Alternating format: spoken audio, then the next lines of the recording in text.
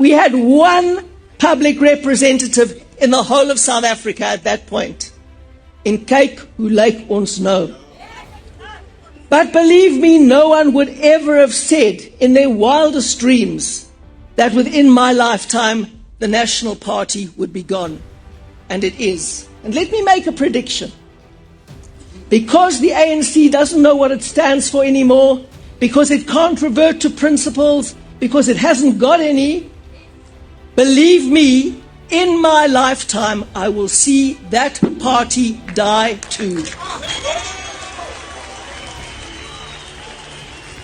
The plan of those who are invisible are that in 2019, even ANC should not have the votes or the percentage more than 50%. They are now creating a phase of coalitions so that no single party can be stronger above others. That's going to happen. Sikhona basihlakaza nje one by one. Jacob Zuma warned us before the 2019 elections, but did we listen? He saw through the DA's agenda and their backers, powerful forces intent on dismantling true black empowerment in South Africa.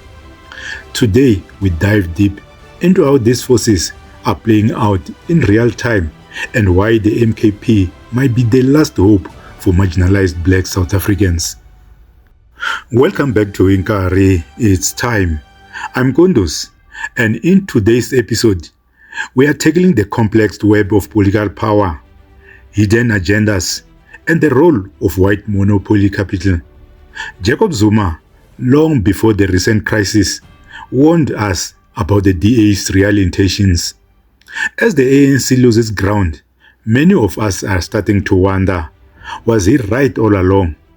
Could the MKP be the last line of defense for true liberation? In 2019, Jacob Zuma sounded an alarm. He warned us about the Democratic Alliance's true intentions, stating that they didn't genuinely represent black South Africans. Zuma argued that despite their claims of being inclusive and non-racial, the DA actually aligned itself with white interests. He saw the DA as focused on keeping the status quo in place, protecting powerful wealthy interests rather than advocating for real transformation for the black majority. Ultimately, for us to totally lift the poor out of poverty, we have to ensure radical economic transformation. The black majority must participate in the economy as owners, managers, and controllers and benefit from the wealth of the country.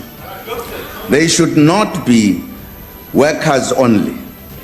Programs such as promoting black industrialists and supporting black small businesses are aimed at changing the patterns of ownership so that we can see a difference in the lives of our people. Zuma believed that the DA aimed to sideline genuine black leadership, leaders who truly pushed for economic liberation. By doing this, the DA, he said, was actively working against the goals of the liberation struggle. He saw their policies as a strategy to keep wealth and power in the hands of the privileged few, those connected to white monopoly capital.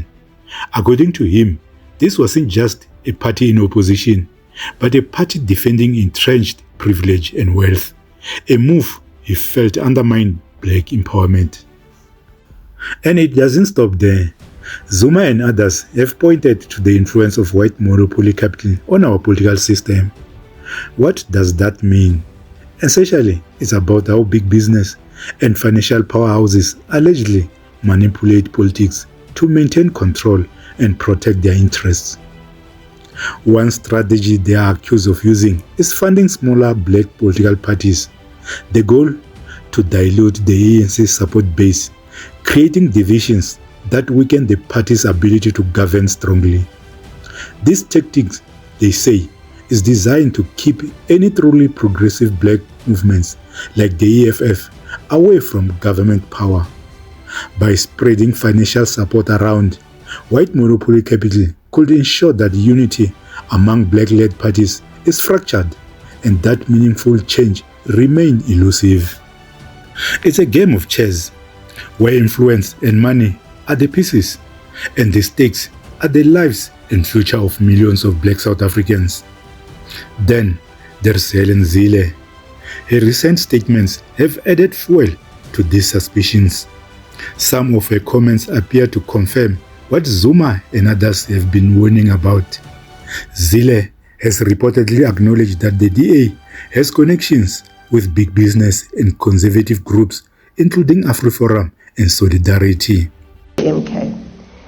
But I think most people in the ANC understand what that would actually mean for South Africa's economy. One of the strongest things that we had in the negotiation, the strongest lever the DA had by far, was the value of the rand. Every time things were going well, the rand went up, up, up, up, up. Every time things went badly, the rand plummeted. If EFF comes into power, South Africa's rand will crash through the floor. What will cause that? What will cause that is that the economy will completely lose confidence in the future. When investors say there's no future in South Africa, they pull out all their money. The rand crashes. No one wants the rand anymore. No demand on the rand anymore. But how can you say that with such confidence? And yet it's you don't know. You don't know the type of president Julius and Floyd would be. I can tell you. Perhaps what we need is Julius and Floyd and whatever to become part of government in a province. One province. To see what happens to that poor province. The bond market was exactly the same. It was extraordinary. I've tracked the value of the rand against the timeline of the negotiations, and it's an absolute correlation. Once, I think it was on the 11th of June, when we were supposed to have a negotiation, the ANC just didn't rock up. And we waited the whole day and they didn't come. So, I just told a journalist, and they wrote about it in the newspaper the next day. The rand, right down. Now, I didn't do that to get the rand down. I do that to say to the ANC, don't mess us around, you know. Don't mess us around. How's the DA going to deal with inequality when the DA is saying that do away with the minimum wage because it is hampering employment? The best way to deal with inequality is to get people into jobs. The minute people are in jobs and earning, the Gini coefficient goes down, which is the measure of inequality. So critically, you've got to get people into jobs. We're a country with about 7 to 8 million registered personal taxpayers. We've got over 20 million grant recipients. That is totally unsustainable for any country. You just have to do the maths. So it's critical to get more and more and more people into jobs. And one of the things that is hampering job creation is the hurdles that people have to go through to employ people, and the almost impossibility of releasing people if they're not doing the job or if they're firing them. Yeah. And those kinds of things make people think, well, it's too risky and too difficult to start a business that employs people because the labor regulations make it just impossible for us to do that. And so we're saying take away the barriers to employment. Anything in South Africa that creates a barrier to employment is bad. Is that the assessment or the review that you got from business and investors? Because I'm also wondering that if those are the issues that they are raising, how come then that the Western Cape still has the lowest unemployment rate? Because the Western Cape was able to achieve the lowest unemployment rate with those impediments that the Democratic Alliance is speaking of, including a minimum wage. Well, when you add up all the impediments together, they become impossible in the other provinces. So if you add up roads that don't work, dirty water, no electricity, corruption, no street lights and traffic lights, you can't transport your products, etc., plus all of those labor impediments, you say, to hell with this. This is really not worth it. But every now and again, there are studies that say what are the biggest impediments to investment. Currently, the biggest impediment to investment, obviously, is the energy crisis, together then with BEE. People say they're not going through all of the stuff, and they're not going to invest in South Africa or start new businesses or expand their businesses because of these barriers. Yeah. And one of the biggest barriers is the labor regime. So in the DA in the Western Cape, we're reducing all the barriers we can. Now, these are groups that aren't exactly known for supporting the ideals of black empowerment. Zille's comments suggest that there's a coordinated effort to keep the ANC under DA's influence, or at least to weaken its ability to pursue the liberation goals it was founded on. For those who believe in true liberation for all South Africans, these alliances look like red flags. They suggest that the original mission of the ANC could be lost if the party aligns too closely with big business interests. Anniversary meeting in London in 1981. He said, and I quote, "The objective of our struggle in South Africa, as set out in the Freedom Charter, encompasses economic emancipation. It is inconceivable for liberation to have meaning without a return of the wealth of the country to the people as a whole."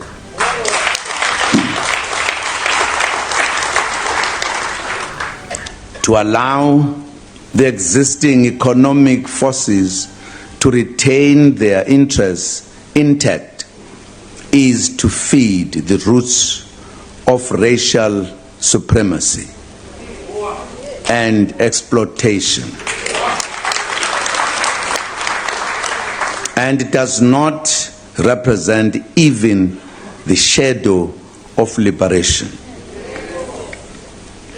It is therefore a fundamental feature of our strategy that victory must embrace more than formal political democracy, and our drive towards national emancipation must include economic emancipation, unquote.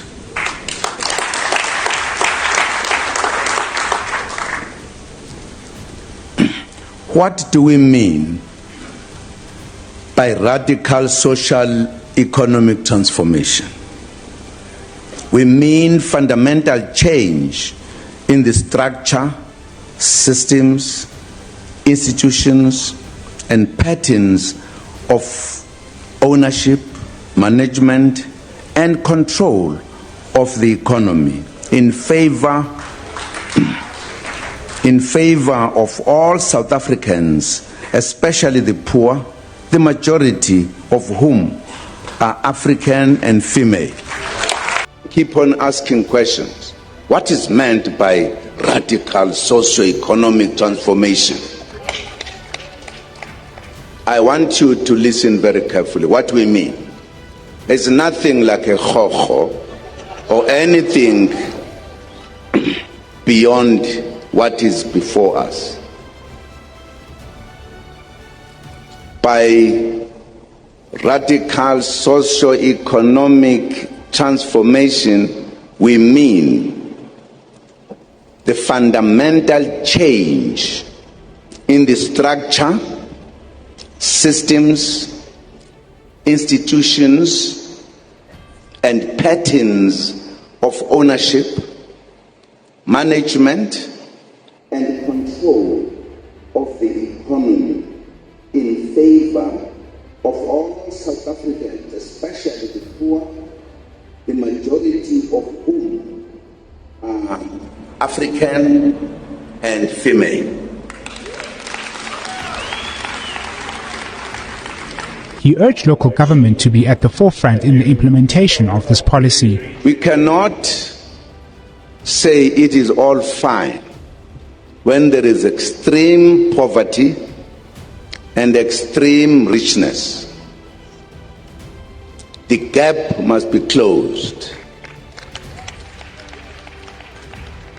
The wealth of this country must look after the citizens of this country. We need to see radical socio-economic transformation in local government. And that's why I repeated this passage, because I want you colleagues to internalize this. Well, that is an objective. Why we live, we govern, is not just for the sake of it, is to satisfy the citizens of this country. This brings us to the MKP. Many believed the MKP might be the last chance to unite progressive black voices. With a mission to counterbalance the influence of both the ANC and DA coalitions, the MKP aims to restore a focus on true liberation and economic empowerment for the black majority. The MKP is calling for black unity, for progressive black parties to come together to reclaim the ideals of the liberation struggle. It's a movement to challenge the status quo and confront the structure that keep the black majority marginalized. The MKP's goal is to push for a South Africa where black South Africans are genuinely empowered, not as tokens, but as equal stakeholders in the economy and in society. But here's the harsh reality. The ANC's original mission may already be at risk. With mounting pressure from internal divisions and the growing influence of big business, the ANC faces a crisis of identity. Some feel that it's drifting further and further from its liberation roots, risking everything it once stood for. As big business funding shapes the political landscape, most citizens are starting to feel that the ANC is being compromised, possibly swallowed by alliances that don't serve the people. And that's where the MKP's message resonates. If the ANC loses its way, South Africans need an alternative that stays true to the mission of black liberation. So, as we look ahead, the question isn't just who will lead South Africa, but which party will carry forward the true legacy of liberation. The MKP is stepping up to answer that call, striving to unify black voices for real empowerment. But only time will tell if they can rally enough support to make the difference South Africa needs. Thanks for watching Inkari. It's time. If you found this breakdown insightful, please like, subscribe, and share this video to keep the conversation going. Let us know in the comments below. Do you think the MKP can be that unifying force South Africa needs right now? Or is there hope left for the ANC? Let's hear your thoughts. Until next time, take care. Radical economic transformation means you change the economy from the manner in which they're operating, deal with it in such a way that they're able to address the needs of the country for all South Africans. At the moment they are not. You need to be radical to bring that change. Exactly. And this is in English, just like the English you are speaking. There's no harm about it.